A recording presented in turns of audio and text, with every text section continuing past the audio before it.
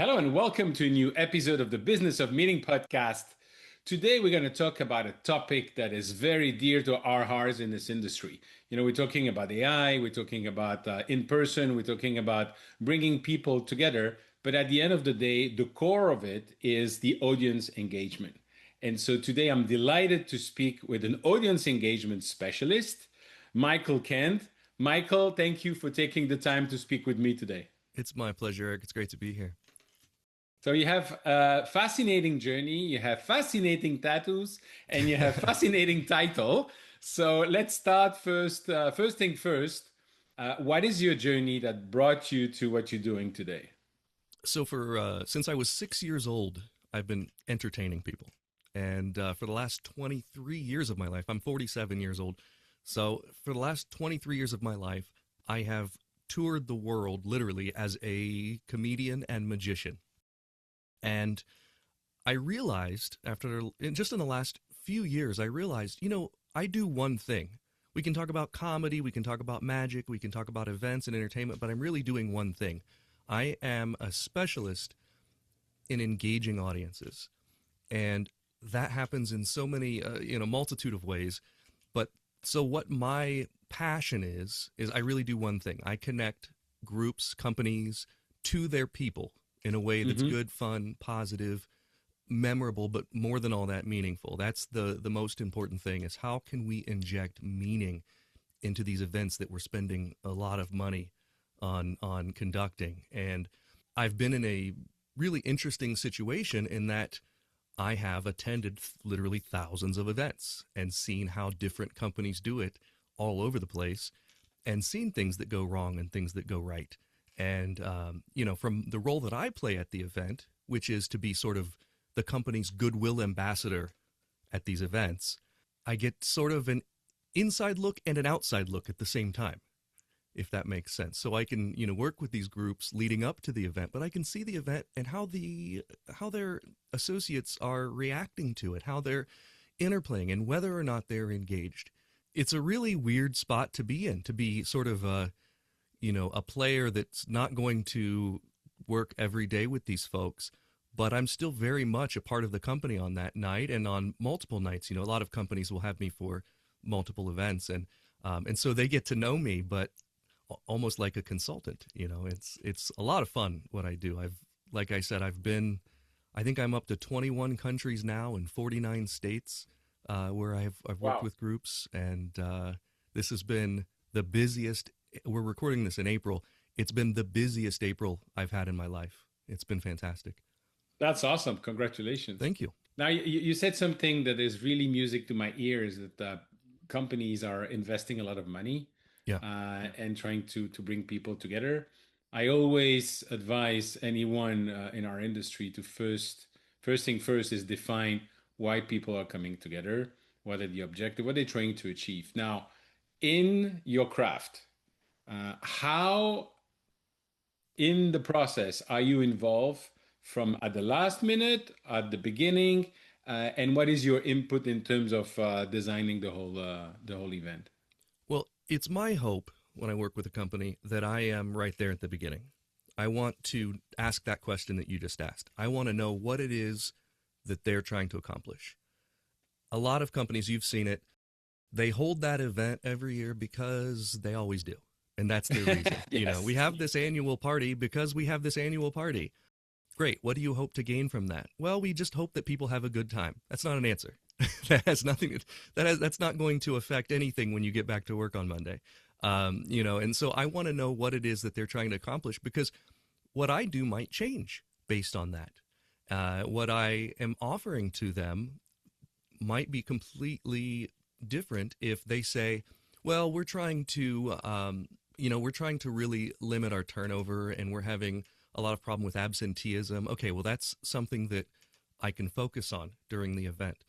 If the problem is, well, like for instance, in 2 days I'm performing on a military base, and I spoke with the commander a few weeks ago, and his mention to me was that, well, he said, these folks are working really hard and they've dealt with a lot this year. There have been a lot of changes and they're stressed out, and normally they have a keynote speaker that gives them information about their mission and what they're doing. And he said, this year we just want to have a shared experience of fun. And I mean, that lets me know right away what my job is to go there. I'm not going to go there to try to motivate them or inspire them. They might take that away, and that's awesome. And there definitely are moments of meaning in my Hmm. performance. But my goal is I've got 40 minutes in front of them to make them forget about all the stress in their lives and to make Hmm. them look at each other in the midst of it and realize that they're having a good time with each other and that that's possible. And when they go back to their jobs after this event, hopefully there's some team building that's happened as a result and there's a little bit less stress. So every event has a unique goal and I need to know what that is. So to answer your question, I want to be in on the ground floor of an event. That said, there are many times when someone calls me and says, you know, we've got an event coming up in a month, we've got everything planned, we just haven't chosen the entertainment. And yes, I'm happy to be the entertainment for that event. But we've got a lot of work to do now because now I've got to make up some time and talk to them about what what was in their mind when they, you know, chose this venue. Why did they choose, you know, this location? Why are we doing this event in the first place? What's it? Who's going Hmm. to be there? Are there spouses coming? There are so many things that we need to know now and backtrack. So when you're bringing in someone like me to be the entertainment at an event, possibly a host or an MC at the event, bring them in early so they know exactly what the goal The is. Romans. Yeah, absolutely. I couldn't help but smile when you say you give the example of that person doing the same event every year.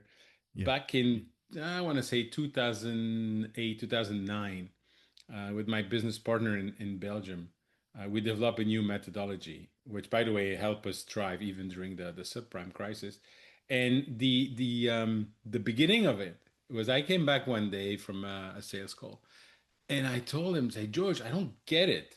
I asked the sales director why they do the sales meeting, and the answer is, because we do it every year.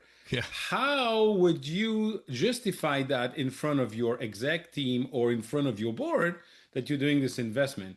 So it's totally insane. And quite frankly, that's how I coach people, including with my own AI, is to ask the right question, to bring people like you, to understand the goal, to see what are the key messages. Now, yeah, when you say you had great experience, you had less great experience, give us maybe one example of something that didn't go well, could have gone better in the preparation, sure. and another example of something that like it's the landmark that you want to share with people. Yeah, there was an event, this was 2 years ago, where they brought me in, and I knew a little bit about what the event was, but they brought me in pretty late in the planning process. It was clear that this was one of the last decisions that they made. And once I got there, it was worse than they had told me in that there was a almost total language barrier between me and the audience. Hmm. And these were executives from 5 or 6 different countries, mostly Asian countries, didn't speak a lot of English. And they told me this ahead of time. So I had created a show that was more visual than talking, which is not something that I'm great at. I'm best when I can speak. I do a lighthearted, fun comedy show that involves a lot of audience participation and things. And so it was a challenge to get them to react and to engage with me because it was 100% visual with a lot of those folks. And that's tough. That's really tough. Was I the right choice for that event? Maybe not. Maybe not. And if they came to me and said, we want you to do this exact event again, I might tell them, hey, listen, here's something that might work better than that. Hmm. But that said, you know, there was an event where there's a large company that's based here in Columbus that brought in, it was a similar deal. They were bringing in executives from different offices all over the country. So these folks don't know each other. And an audience, a crowd in an event that's not cohesive is always more of a challenge than a bunch of people that know each other and laugh and have inside jokes and everything like this. And so my job was to bring them together. And that's what we did. And it was a huge success. We Hmm. left with, you know, people from this state getting the information from these people in this state when they were just standing around me watching me entertain them. And You bring one person on stage, interview them on stage as you're having fun with them. Now everyone knows this person. So when they get the email from that person 6 months from now, they know they have something, this shared experience that they can engage Right. with and hang on to, and that's super important. Those things are really important. I love that. I also love comedy and humor. I love laughing, telling jokes, things like that. But it it seems to me that now it's almost Good Morning America. What are we going to be offended by today? Yeah, it's difficult. For the last How do you 20. prepare? How do you prepare for the show? And how do you create new material? Sure. Are you thinking about this from the beginning, or you just, you know what, this I'm not gonna use it now? Yeah, there are very few things in my act that would even be considered. Or there's nothing in my act, in terms of like for these types of shows that would ever. And in fact, it's in my contract when I send you a proposal that I guarantee, I promise, there will be nothing objectionable. I'm not going to get your meeting planners and your HR people in trouble. Nothing Oh, then blue, I don't want to offensive. work with you. Yeah, right, exactly, right. Nothing blue, nothing offensive. Obviously, gender, race, anything dealing with that, not going to happen. Now, that said, I performed for 20 years on college campuses all over the country, Ah. and that's a different thing. They want a little bit of edge, and now you're walking that blade, that razor blade, right? You're walking that line of what is going to be seen as offensive. And it's not what is going to be seen as offensive by the whole group. It's what's going to be seen as offensive by any one person in the room. Any one person being offended is too much. Good luck. And it's harder for stand-up comedy than it is for what I do. Because what I Yeah. do is not just straight stand-up comedy, and so I don't have to be talking about current events and things like that. And neither do comedians. I mean, there are plenty of clean comedians that do tons of corporate work and they do great. There are so many things that we can talk about that don't have anything to do with something that's going to offend someone. But the general rule is if you are making fun of something or someone, A, they've almost got to be like in on the joke and part of it and be there. Or B, it's got to be someone that your comics call it, punching up instead of punching down. Mm. And that's just as a reference to the status of the person. That said, there's no punching at all in my show. There's not. I'm not going to be, talking about, this group that I'm speaking of, this military group that I'm speaking to in a couple days. Yeah, we're gonna have fun with them. They told me to do, pull no punches and do my full out, like I would do in a comedy club or something like that. That said, I'm not going to be up there, obviously not going to be up there talking about anything political or racial or anything like that, because we're here. The purpose of this is to come together. The purpose of this is for all of us to be having a great time. And in terms of a corporate meeting, I don't know who's in that audience. If it's a group of 400 in the room, chances are there are at least two people in there that are on the fence about maybe not feeling like this company is their home. Mm. I do not want to give them the reason to make that decision and say, yeah, I don't feel in place here. I don't like this. This is uncomfortable. I'm not going to be that reason. I'm going to be the reason that they say, they look around and they now they have a joke that they can share with their friends and Mm. supposed to be a catalyst. I'm there to bring us together. And Right. that's, I'm not going to do something. This is my career. I'm not going to do something that's going to jeopardize the great folks that I work with. Got it. So there is the Michael Kent Corporate and there's a Michael Kent Comedy Club. To an extent, but anymore, most of my shows are all squeaky clean. The difference is, sometimes in a comedy club or in a college, you might use some language that's a little bit more free. But in terms of content, there's not going to be anything that wouldn't fly at the workplace. Got it. And even in the colleges, they don't. It's sort of a misnomer about performing in colleges that everyone wants this like, edgy, dirty show. And anymore, it's just not that way. They just want a good show that is safe. It's not going to get anyone in trouble. And so, yeah, the show is really sort of just the same no matter where I go in terms of the level of you know trustworthy content, if that Mhm. if that makes Yeah. sense. Yeah, absolutely. Now you jump from 6 years old, where you like to entertain people, to 47 years old, Yeah, but in between you're also using magic. yeah. Everybody that I know that is using magic somehow, someday met a mentor, a guy that interests them with that. What's the story for you? Well, when I was 6, it was Disney World. So Disney World in Orlando used to have a magic shop on Main Street. Disneyland still has one, and that was my first experience seeing magic in person. I had seen Doug Henning and David Copperfield on television, and I was always interested in it. But was when I went to that magic shop, it was I was hooked. And then that was the thing that I came back to school and showed all my friends, and everyone knew me as this kid who did magic. Even in college, I was all my friends knew me as Magic Mike. This was before those films, and everyone knew me as Magic Mike. I'm sure I'm still in some of my college friends' phones as Magic Mike.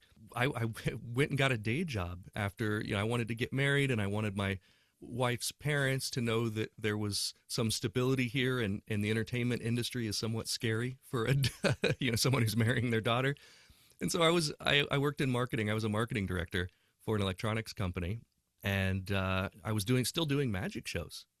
And this, we're talking in my 20s now. I was still doing magic shows. I was using all my vacation time to travel and do magic. And I waited until I looked at it on paper and I said, if I had the whole year to do magic and I could at least match my income plus the benefits and the retirement and everything on top of that, then I would do it. And I did. That it all made sense financially, and so I made the leap. And for those first 10 years of it, I did great, but I made a mistake. I was doing the show for me. There was Mm, ego involved, and my sales were fine. My sales were great, but after a while, that becomes there's a void with that, right? Like, this isn't for me. This is for them, and that's when things really took off. When I realized this is about them. It's not mm, about me, mm. and that changed everything. And it became so much more enjoyable. It's more fulfilling. I mean, we all feel better when we feel like we're of service. So Right. when I, especially in the corporate event space, all I want to know is, what can we do to promote your goals? What is if it's just employee engagement, let's talk about your engagement. Not only before, but I want to hear about after the event. I want to know. I want you to do surveys after the event, and I want to hear what worked. I want to hear, see what numbers are being affected by this one event and this series of events that we're doing. What was the moment? Because you say for 10 years, sales were great, that you're doing the show. What was the moment where you shift the approach into more all about them? Is that the conversation? Does somebody Yeah. give you feedback, or I don't know, that maybe the sales were going down? I have a couple great mentors that really helped to guide me in my career. They helped a ton. On top of that, David Hyra is my mentor in terms of the direction that I take with this. He's done a fantastic job of looking at what it is that I do and helping me make sure that I'm fulfilled in my career, but also serving people in the best way that I can serve people. Mm, And so that was a big change. But also, after doing it, I sort of got sick of myself. I would be a horrible celebrity because when you can only promote yourself so much before you get sick of seeing your name. And mm, in this business, there's a lot of self promotion. There's a lot of, here's what mm, I'm doing, here are the events that I'm going through. It's so much more rewarding when I can say, here's how this company received what I did. Here's what they got out of what I can offer. And mm, that is something. It's why, honestly, it's why I started a podcast during the pandemic. And when I did this podcast, I said, it's not going to be about events. It's not going to be about magic. It's not going to be about Michael Kent. It's going to be about something completely different. And so it's a history podcast. And then it took off and it blew. It's called The Internet Says It's True. I'm not here to promote that, but No, please, the Cesar. yeah, You the say the example, internet. The the Internet internet's Says It's True. Yeah, and it's every okay. week is just a weird story from history that sounds fake but is really true.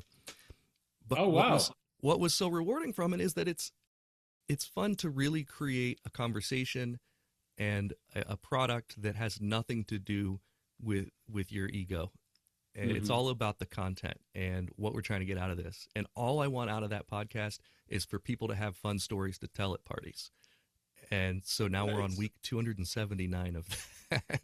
Actually recording Nice. the next week's episode when we finish up this. So yeah, and but that's the thing, so it wasn't any one particular thing. There were definitely huge influences to make this switch, but also it was going to events and seeing and leaving feeling like, yeah, they enjoyed the show, but did they get what they wanted out of this event? Did the meeting planners get Mm. what they wanted out of this event, which was more than a show? They're not the goal isn't to have a show. The goal is whatever it might be for that event. The goal might be Correct. to, reduce absenteeism or turnover, or that's obviously I'm sure you've talked about this. That the number one cost to any company is losing employees, Yep. and events are a great way to retain your employees because you get to see what people are outside of work, and there's some more Hmm. humanity involved with your interactions than there is at the workplace. And so Hmm. it's like a little Absolutely. window. It's still the workplace. Everyone's not going to be exactly like they are at home, but it's a little window into the culture of the company outside of when you're sitting in your offices and sending emails to each other. Very interesting. I also started the podcast during the pandemic. And at the end of the day, I like it because I can speak to people from completely different background, always learning something. And to your point about in interviewing people, telling stories, there is one story that I love you to tell because I'm very Okay, curious. sure, And being a recovering introvert, I'm always a little shy somehow, even if that doesn't look like that. So I have two questions. The first one, I want to know the story about the tattoos because I first sure, saw the cards and the story you told me is very interesting. And everyone I know that have a tattoo tells a story. And the second thing, and you can start with that if you want, but every time I'm speaking, whether it's to 10 people or 300 people, I'm somehow always stressed. hmm Because I want to deliver, I want to do good. How do you manage that? And whether it's to perform in front of a certain number of people or it's to sell a proposal to an executive board, how do you manage the stress of the action? sure. Let me talk about the second thing first, which is the public speaking part of it. I had a coach in college, well, a teacher in college who was a speech coach, uh, specifically organizational comm speech coach. The class, I believe, was called Presenting to the Organization. And this guy had the coolest analogy for stage fright. He said it's like a beer. And, beer is supposed to have a certain amount of head on the beer, the foam at the top. You're supposed to have a certain amount to make the perfect pour. And he compared that speech, that presentation, as the full glass of beer. And you want to fill that beer with as much content as possible. And the foam, the head on the top of the beer, is all the extra stuff that we think about that's in our head. It's are they listening to me? Are they liking what I'm saying? Do they like what I'm wearing? Is this too similar to stuff that they've heard in the past? There are all these questions that pop into our head. And if we're thinking about those questions, that's where stage fright creeps in. But if we're constantly thinking about the content, what it is, the goal, what it is that we're trying to get across, it's really hard for that stuff to creep in. Now, that Mm, said, I think having nerves when you're in front of people is a good, healthy, normal thing. It means that you care. agree. It'd be weird if you didn't. And Hmm. thousands and thousands of shows I've done, I still get nervous when I'm backstage and the show's about to start. Now, because I've done it, once I walk on stage, it's a little bit different. I fall into that comfortable place for me, and but I still get those nerves beforehand. And all I do when that happens is I think about what my goal is for this show. If it's a group that's been in sales meetings since 3 p.m. this morning, I look at that group as a bunch of lamps that have gone dim, and my job is to brighten those lamps one by one. Just pull the little strings on each lamp and light them back up. And Hmm. so that's what's in my head when I'm backstage and I'm nervous, because that's something I can do. It's something I can control, you know. And it doesn't feel like it's this nebulous thing that's, oh my God, what if everything goes wrong? You know, I have a Hmm. goal and a mission in mind now. And so when I get out there, I look at the crowd and I make sure we're engaged, and I make sure that people's, you know, pupils are on my pupils, and that we're they're mirror people match energy a lot. And so if they see the Hmm. energy from me, their energy will rise as a result. So yeah, that's how I think about stage fright, and just the idea. I mean, I think it's the number one fear, the phobia that people have, is speaking in front of other people. I think it's higher than like spiders and sharks and all the other things that people are scared of. I think public speaking, I think, is still the number one thing. So it's a totally Yes. normal thing. When you know it's normal, that's also a sign of sort of, once you acknowledge it, it helps relieve it as well, Yeah. to tell True. yourself this is a normal thing. True. The tattoos, completely different thing. When you're a magician and you've studied magic your whole life, it sort of turns you into a skeptic about a lot of things. Mm. I have been asked to create fake ghosts in Airbnbs to make people book them more. So, you know what I mean? Like, every time I see ghost stories and psychics and astrology and all these things, I look at it from an intense skeptical point of view, and part of that is that I am not superstitious at all. I just have no superstitions. I don't believe in it, and I think they're silly. I'm not knocking people who do. If it serves you in some sort of way, great. But as part of that, I had this idea years ago that I was just going to get a bunch of bad luck icons tattooed on me, just to sort of thumb my nose at the idea of superstition. And so my entire left arm is filled with bad luck icons. We've got snake eyes and an upside down horseshoe, broken clock, broken mirror, the dead man's hand, which is supposedly the deck of, or the hand of cards that Wild Bill Hickok was holding when he was shot. There's a black cat, and anyway, it's just a fun thing. One day I might get good luck on my other arm. I don't know. I promised my dad when I was younger that I would never get tattoos until I knew that it was not going to affect my job prospects. And so I've been doing this job for 23 years now. I think we're okay. You know, I'm pretty sure we're okay. I don't perform in many places where I guess Right. sometimes I do perform in Japan, and there are certain places in Japan where you do have to cover up your tattoos. But you know, I don't do anything. This is really just for me. The tattoos, that's just for me. I don't do anything on Right. stage with them or anything like that. So what's Michael's Ken dream? Oh gosh, my dream is to retire one day knowing that I helped a bunch of people and I made a bunch of people happy. That's sort of the overall goal. Fame doesn't interest me that much. You know, I've been on national TV. It's great, but the nerves associated with that type of thing are crazy. I did Penn and Teller Fool Us, and that's on the CW network. And filming it was fun. The night it aired, I was a nervous wreck because it feels like Mm. it's out of your control. And so that money, you know, obviously I just want to be comfortable.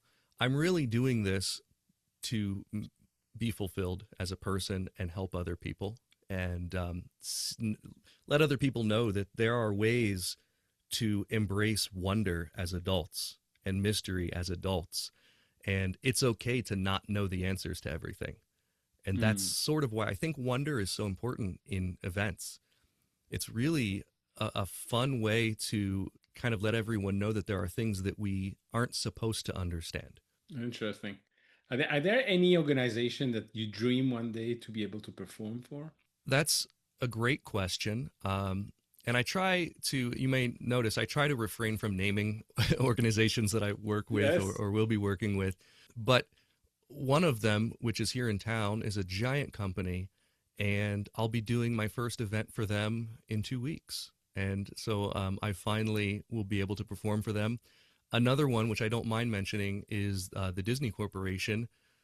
That was a dream, and they've had me down to perform to. Sometimes they'll do what they call the Disney Institute. They'll bring Yep. groups of like interns in a Yep. thousand at a time, and I'll get to perform for them. And I've done that a handful of times. It is a dream. There is very little in terms of like, I don't really think of my job in that way. Like, I really hope I can perform for this company. I really hope I can perform for that company. I want to perform for the companies that need my help. I want to Mm. perform, it might not be a company that anyone's heard of, but they might be struggling. And the magic bullet is if we can just improve their events. If we can increase their productivity through an event by 20%, my God, wouldn't that be of value to you? Like, isn't Hmm. that's the best feeling ever? I think productivity is one of those measurable things. Engagement is not as easily measured. Engagement is sort of a buzzword that everyone throws around. And I was recently asked, what is engagement? And like, if I were to ask you that, Eric, like, what's engagement? What would you say? It's people reacting, interacting, when whether you're speaking about something or you're providing a service. That for instance, with my Eric AI, where I'm coaching and mentoring people in 77 languages 24/7, it's the number of time they're using it. Mm, That's how I that's measure great. the engagement there. Yeah, most engagement, it's really hard to find metrics. And that's like a very black and white metric that you can look at. I recently spoke to a great group of HR managers. I do a presentation about the magic of engagement. And we spent the whole time pretty much talking about how can we measure engagement? What is it that when you go back after this event that you can look on the piece of paper and say, this number has gone up, this number has gone down? And we Hmm. came up with more than a dozen ways of measuring engagement, whether they be through polls, just doing surveys with your companies, looking at the response rate of the poll first of all is Yeah, huge. And would you like to go to an event like this in the future? What would you like to see in these events? There was a Gallup poll from, it was like 2020, but it said it only, I think it's like 32% of US employees feel engaged at work. yeah, I mean, yeah. that feels crazy low. Now, that is people who say they're engaged. So the real number of engagement might be a little higher than that. That's the number of people who say they're engaged, but still there's a reason they're saying they're not engaged. I don't know if it was engage or if it was they enjoy working in that company. Yeah, the text I saw was they feel engaged at work. There are Mm. other, there's like, for instance, workplace relationships. And I don't mean workplace relationships in like the you need to go talk to HR sense. I mean like workplace relationships, like friends with the people that you work with can increase productivity by 25%. And I was talking earlier about these events, and it's a window into who people are, the humanity Mhm. that might be lacking when you're really concentrating on doing your job at work. But if we can let loose, have dinner together, sit with, oh, here's another big one, Eric. Uh, Mixed seating is so important to me, Yeah, at an event. And I don't mean just through like, okay, well, we need to make one person from marketing, one person from your C suite, one person from, accounting all at one table. That's important. But also, give me a table with one person who's been at the company for 20 years, one person who's been at the company for 5 years, and a new hire. Put them at the table together. totally. That's so important because that's really how those young people form friendships and feel at home. And it's how the folks who have been there, your veteran people, create sort of a mentor mindset and feel like there's a reason for them to still be at this company. They still have a Absolutely. job to do that might even be outside of engineering or accounting. It might be just Yeah. simply being a friend to the people at work and answering questions and being there when someone's having a hard day and these things. To your point, I had an incentive trip when I still had my corporate event agency, where we went to New York. We went to, you see the way I pronounce New York, although I'm from Yeah. Belgium, it's not too bad. Huh? And we rented a Sears studio, and it has four different studios, and we had four groups of people where we had people that were in the company for 20 years, people that were in the company for 2 years. And that creates a lot of links and engagement, which was absolutely I'll phenomenal. I'll give your listeners something cool here, something that I do at events, and you can have this for free. You can buy packages of different colored wristbands. Mm-hmm. So get a few packages of those wristbands, color code your attendance list when people check in at the event based on how many years they've been at the company, and give them a wristband that corresponds to that, but do not tell them why. Just say, please put this on. But they don't know what it means. And not only does this speak to, I was talking about how important mystery and wonder is at these events. They're going to go throughout that whole event wearing these wristbands and seeing that the people that they're sitting with are wearing different colors. And they might notice, oh, you've got a red one too. Yeah, and let them try to figure it out. They might figure it out, they might not. But then Yep. later, when your, executive is speaking to the company, then that's the first time that that executive can tell them, you might be wondering what the wristbands mean. And they can tell Absolutely. them, what they are. I wouldn't leave it to never No, know. no, of course not. But and I would recommend the paper ones because they will wear them because they'll feel like they need to. They might feel like they need to wear that to get access to the room or access to the bar or whatever it might be. If you get those little rubber ones like the Livestrong bracelets, they just think it's a promotional item, a giveaway, and they might just Mm, take it and put it in their pocket. So that's a freebie. That I think you can do the same well, thing with name tags too. You yeah, can color code name tags based on departments or based on years of service. And these are things that help me when I'm interacting with folks to know who I'm talking to, but they really help each other to know too. Because if I'm absolutely. that new hire at the company and I'm having a conversation, it's nice to know that I'm talking with someone who is in HR or is in my department who maybe I've never met. Things like that. Yeah. As a case in point, last week I was at my favorite conference of the year, which is called MMT Mastermind Talk. That Jason Candice Gaignard from Toronto started over 11 years ago, I think now. And not only they give you a bracelet in different color, with the value, one of the value that they have in the community, so that you see it and remind you of leaning in. For instance, that's the one I took again because I'm recovering introvert or be Mm-hmm. there. But what they do is absolutely phenomenal. You have to fill in an intake form weeks before the conference. And to fill in the intake forms, the form, it takes at least 15-20 minutes, if not more. So it's very comprehensive.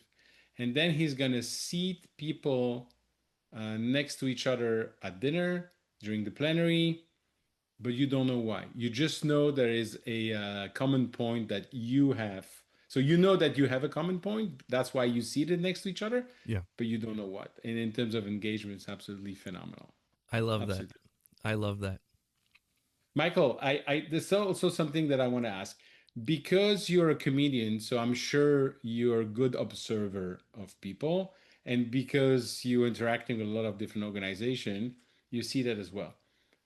What is your point of view now of how people are reacting with AI and the stress, but also the opportunities it is creating? Yeah. In my observation, at this moment, and I think this will change, but at this moment, there's a lot more stress that people are Hmm. observing than opportunity. Not I think surprised. the reality is that there is more opportunity than need for stress. And because the moments that are causing stress is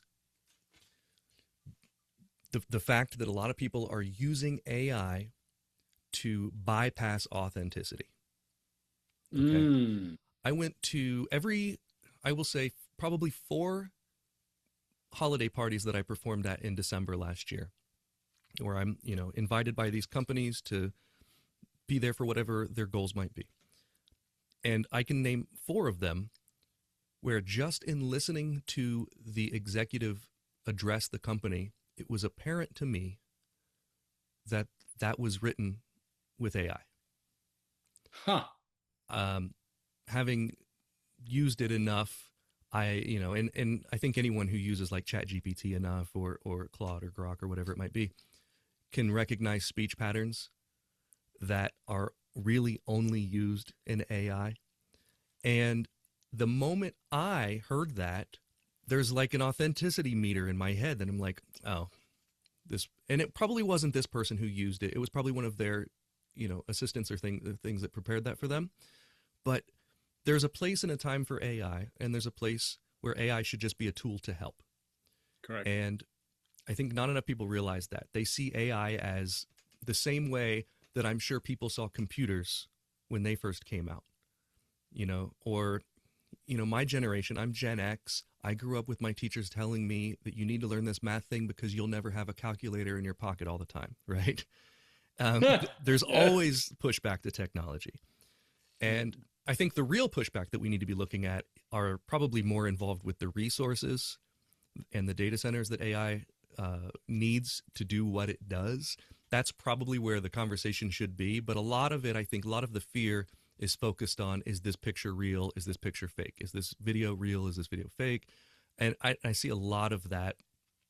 I think that if you want to be successful in the next decade, you're going to have to embrace AI. You're going to have to, whether that, but learning how to use it is important. Now that Hmm. said, I think there's also some pushback that's helping me as a live entertainer. I think there's going to be a, a craving for in-person experiences that cannot be Totally. replicated, and Totally. events on the whole, right? Like you can't Yep. AI an event. It's You can have AI help your event, but you can't fake.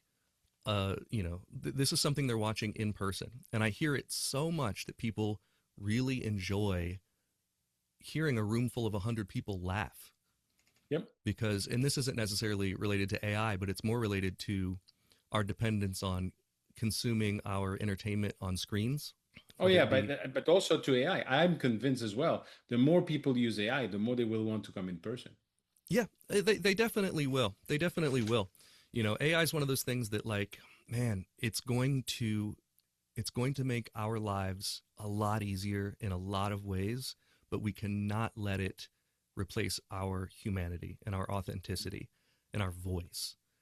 So when you're writing those emails and it's generated by AI, when I get them, I can tell. I can just Mm. read it and tell, because there are all these weird segues that don't exist in real life. Like, and here's what that will tell us. And but wait, the next thing that happened is super exciting. Like, these aren't things that people say in real life. So there are tells. Now, as AI gets better, those tells won't be there, and that'll be a different discussion. But with that said, the core message I think that I'm saying is that we need to promote people, humans Mm. as humans, sharing experiences and having stories to tell each other through those good, fun, positive, memorable, and meaningful experiences. Absolutely. I can see you having a lot of work for the next 100 years, so that's perfect. I'm thinking 15 or 16 more years for me, and that, if that, Okay. we'll see. Michael, I'd love to conclude today with my three last question. Sure. The first one, can you remind us the name of your podcast? Yeah, sure. It's called The Internet Says It's True, and that's Yep. available on NPR, but it's also available wherever you listen to podcasts. Perfect. Thank you. The second question is, how do people get in touch with you? Sure. The best way is to Google my name, Michael Kent, and you'll find my website, which is michaelkentlive.com. When you go to michaelkentlive.com, you'll be able to watch videos of what I've done, but there's a little contact form, and fill that out with the event that you're having that's coming up, and let me know as many details as possible. And we'll schedule just a quick, I just want to talk to you for less than 10 minutes on the phone and see if this is a good fit, and see and learn about your events. I want to know what you're struggling with and what has been successful for you, and see if maybe I can come and be this goodwill ambassador at your next event and just help things run more smoothly, make sure everyone comes away with the right message. Awesome. And my last question is, when we meet in 1 year with a bottle of champagne, what Sure. are we going to celebrate? We're going to celebrate the fact that AI is has just everyone just stopped using it. No, I'm just kidding. Oh my gosh, that's such a great question, Eric. I need a second to think about this one. Honestly, I've I've always been a big fan of setting goals for myself, but all of the best things that have happened in my life have happened so organically. Some of the craziest experiences. Quick story before we go. Last year, I was scheduled to perform on a cruise ship for 2 weeks, and that's another thing I do. I just got off of one, but And at the last minute, the cruise ship canceled. And I was upset. The agent was upset. And the next day, my agent called me and said, "Hey, I've got another ship for you. It's not a cruise ship." And in less than 2 weeks, I was on a flight to the Middle East. They flew me onto an active aircraft carrier in the Red Sea. Uh, Whoa. I spent 3 days on the USS Eisenhower in the Red Sea while they were Whoa. active. And I did magic shows for 3 days on the ship. And the whole goal there was morale, right? Like these folks had been at sea for 5.5 months without any sort of shore leave, and they just needed some stress relief. And that was one of those moments that I was talking about earlier where like I felt of service. And Yeah. so to get back to your question, I think that the thing that we'll be celebrating in a year with a bottle of champagne will be something that I don't even know is going to happen. And I hope it's Ah, that way. I hope it's that way because that's the way my entire career has been. All of these amazing things, I don't think love it's it. fate. I just think that you know, uh, it's opportunity plus preparation, and that's kind of how people describe luck, and that's how I understand the idea of luck. Is if you're doing good work and you're a good person, those opportunities will come to you, and I hope that we'll have some sort of interesting story to talk about at that point. Bad thing, good thing, you never know. Yeah, yeah, we might have a little of each. Michael, Ken, thank you very much. Absolutely, Eric. It's been a pleasure. Thank you for tuning in to the Business of Meeting podcast. I hope you found today's episode valuable. If you enjoyed the show, the most important thing you can do is leave a review and share it with your colleagues. It really helps spread the word. I truly appreciate your support. And if you're ready to take your business to the next level, don't forget to visit eventbusinessformula.com to learn more about how we are helping even business owners like you. Thanks again for listening, and I'll see you next time.